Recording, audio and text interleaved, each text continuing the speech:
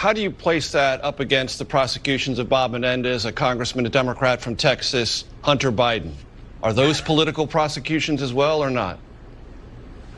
Well, first of all, let's be clear. Bob Menendez was literally caught. Republican Senator and spineless, unprincipled sycophant Ted Cruz visibly floundered on live TV during an interview when the host hit him with a fact check in the form of a question, and it was hilarious and frustrating, and we have to talk about it. But before we do, if you end up liking this video and you want to support the channel, please be sure to hit the like, subscribe, and alert bells before you go. All right, friends, we got several clips to talk about in this video, but before we get to Ted Cruz, I don't want to frustrate you too early, right? If you see Ted Cruz, if you hear Ted Cruz for an extended length of time, it's going to really boil your blood, and understandably so, because he is eminently, superhumanly unlikable. As a matter of fact, I love this anecdote, it's so funny. His own Republican colleague, Lindsey Graham, famously said in 2016 that if you were to shoot Ted Cruz on the floor of the Senate and the trial were held in the Senate, nobody would convict you. He is, again, mimetically disliked by Democrats and Republicans alike. He's not stupid, he's very smart, but he's extremely unlikable. Well, before we get to him, I want to play a clip involving a very different Republican congressperson. Not a senator, a congressperson. So it's a different branch or different chamber of the Congress, same party, and it's on the same topic, which is, and this is a follow-up to Kash Patel, this deranged MAGA lunatic who has publicly promised vengeance and prosecutions of Trump's enemies and the media. Well, these two clips of Mike Lawler, Republican congressman, and Ted Cruz are in response to Kash Patel's nomination to be director of FBI. And the thing that I want to show you here, really I want you to take away, is not just Ted Cruz floundering with a fact check, but also really how, when push comes to shove, even these so-called moderate Republicans like Mike Lawler, who represents a swing district in New York, I want you to hear how he justifies or what he has to say about the nomination of someone so extreme to a position this important.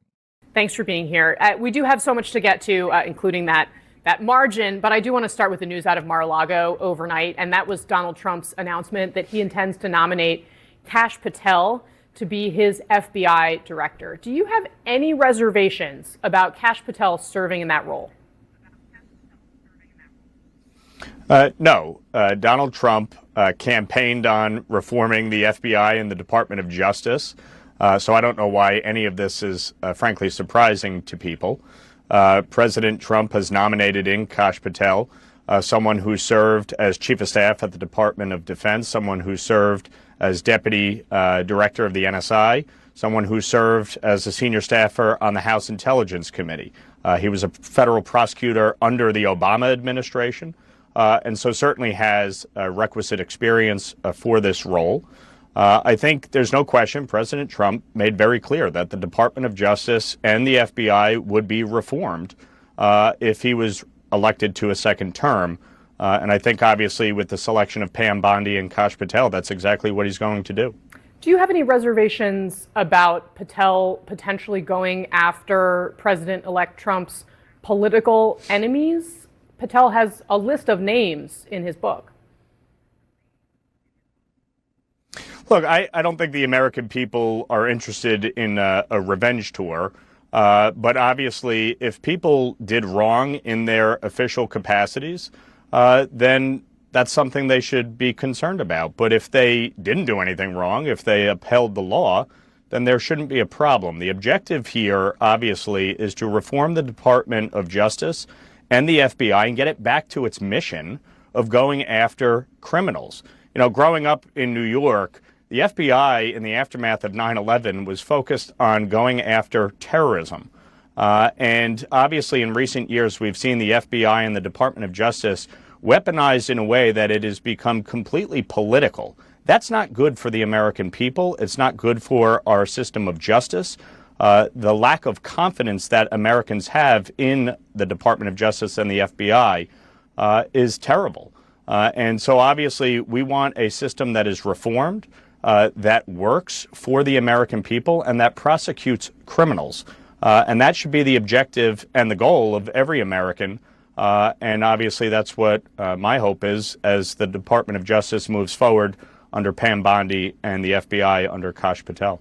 If the goal is partisan neutrality, is Patel not a partisan?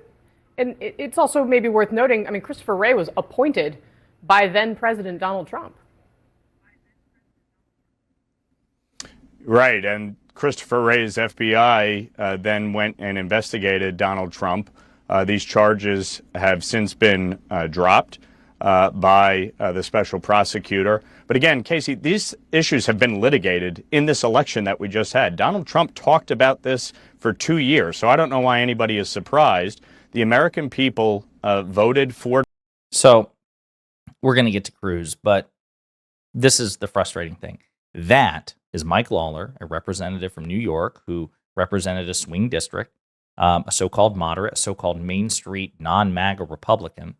And he's saying, no, I don't have any reservations about Kash Patel. Yeah, Kash Patel has not only is he unqualified, according to former Trump Attorney General Bill Barr and a host of others, but he has repeatedly, publicly advocated for weaponizing the FBI and the DOJ against Trump's political opponents. Lawler says, well, nobody wants a revenge tour, but what if people committed crimes?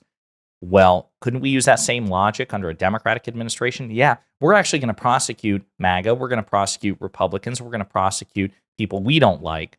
And would Mike Lawler be satisfied if a Democrat in turn said, well, I mean, obviously not if you didn't commit a crime, you have nothing to worry about. No, you wouldn't find that satisfying. The whole point is if partisan political actors end up being prosecuted, in theory, that's okay.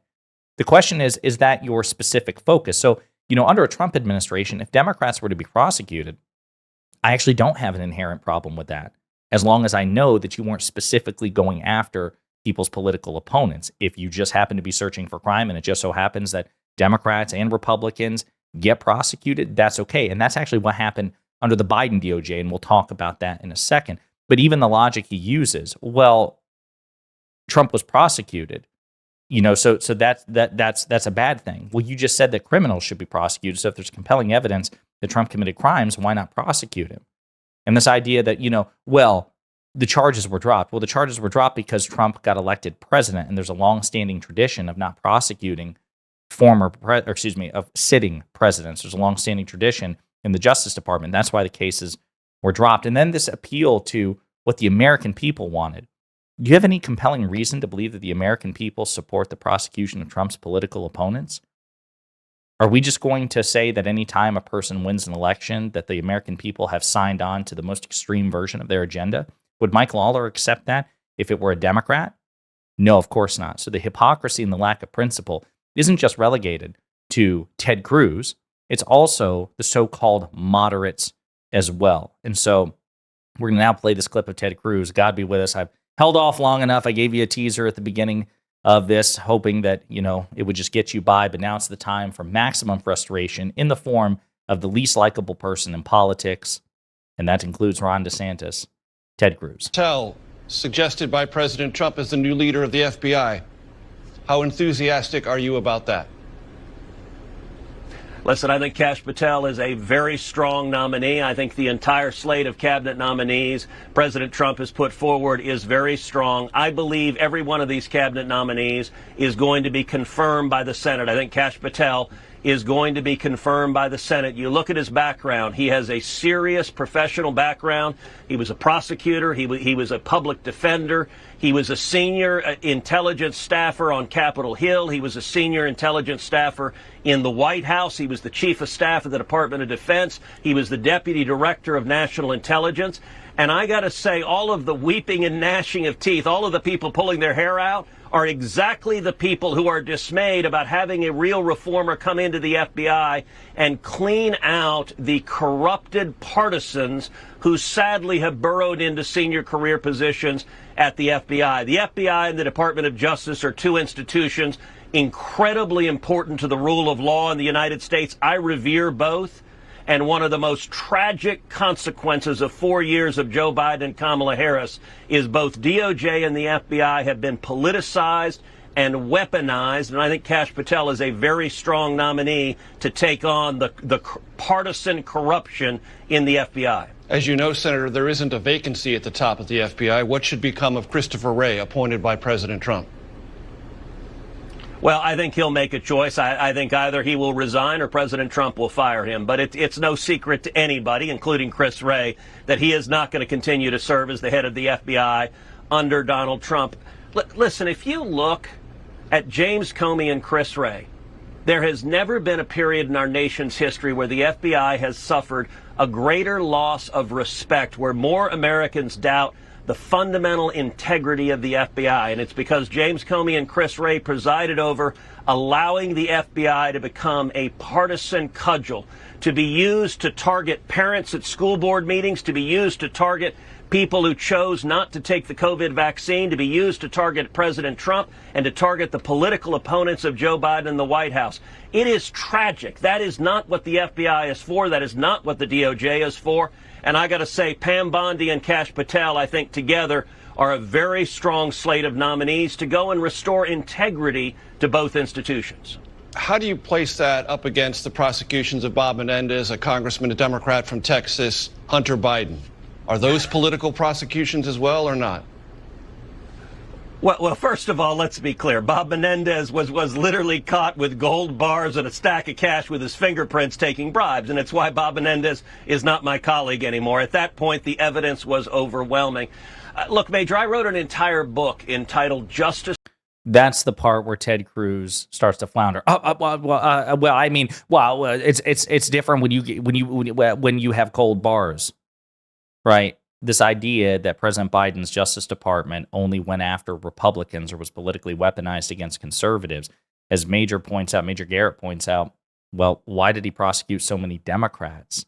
And you can tell that Ted Cruz, who is a Harvard graduate, who's litigated in front of the Supreme Court of the United States, who's not a stupid person, very unlikable, but not stupid, he is struggling to deal with that fact because it totally it debunks the myth that Biden's DOJ has been weaponized. It's just not true. And to go into more detail is Dan Abrams, who is, I believe, a top CBS or ABC legal analyst who also runs News Nation. And he goes into deeper dives about this as well, debunking the notion that Biden's DOJ has been weaponized. All right, let's talk some facts.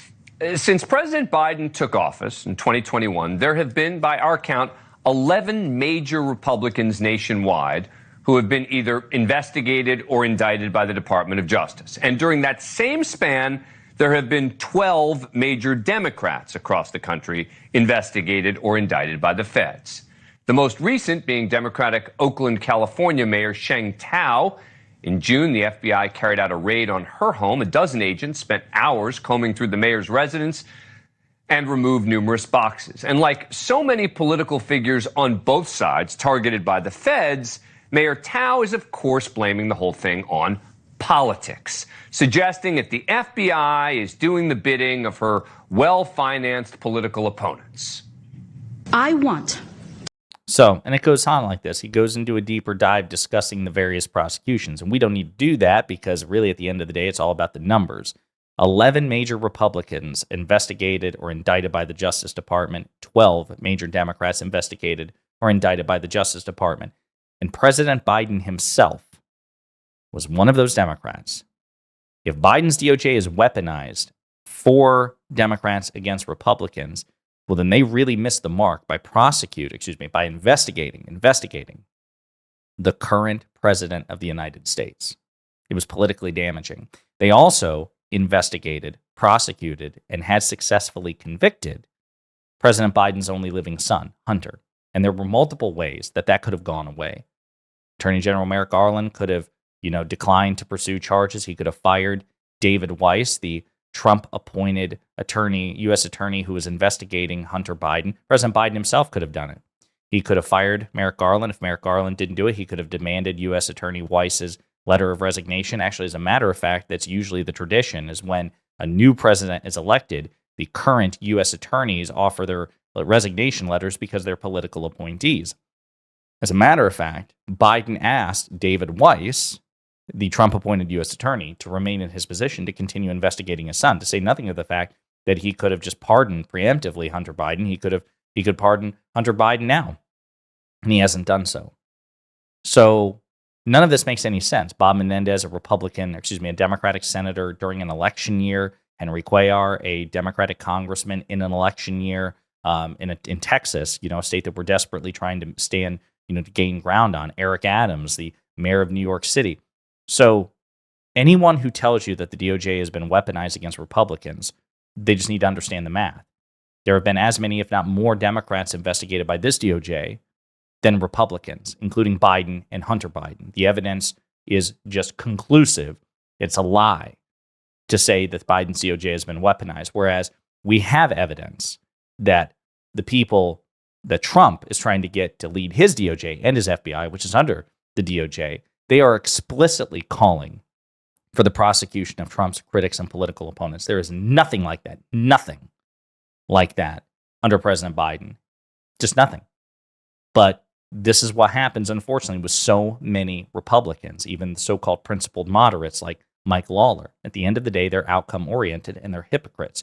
All for the sake of avoiding Trump's wrath, they will sacrifice all of it. A Republican DOJ can be as weaponized as possible. They can exclusively go after Trump's critics and his opponents and the media and people he doesn't like. That's okay.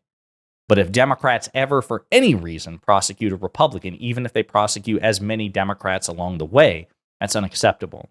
And this double standard, this hypocrisy is not only viscerally disgusting, it's also incredibly dangerous for the future of this country, because we can't have a system in which we grade any party, but yes, including the Republicans, on a curve. And that's precisely what the Republicans, including Ted Cruz and Mike Lawler, and obviously Donald Trump above all, that's exactly what they want. And we'll see if they use their opportunity for the next 4 years to create it. There's a good chance they will. In the meantime, let me know what you think in the comments.